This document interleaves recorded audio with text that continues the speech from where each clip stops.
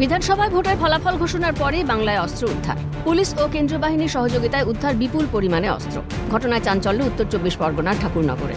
স্থানীয়দের অভিযোগ, সুরজ বাইন নামে এক ব্যক্তি দীর্ঘদিন ধরেই মাদক ব্যবসা ও বিভিন্ন অসামাজিক কাজের সঙ্গে যুক্ত।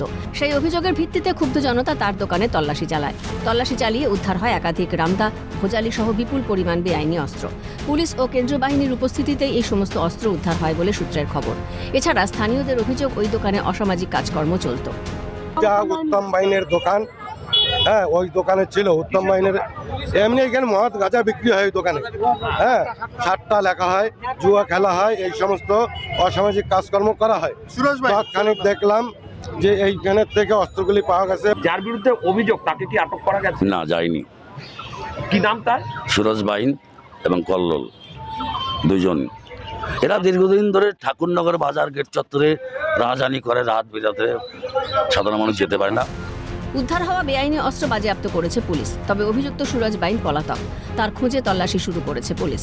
এত অস্ত্র ওই এলাকায় কেন মজুত করা হয়েছিল তা এখনও স্পষ্ট নয়। ভোটের আবহে বিপুল পরিমাণে অস্ত্র উদ্ধার হওয়ায় আতঙ্কের পরিবেশ ফুলবাজার এলাকায়। জ্যোতির্ময় চক্রবর্তীর রিপোর্ট, ক্যালকাটা নিউজ।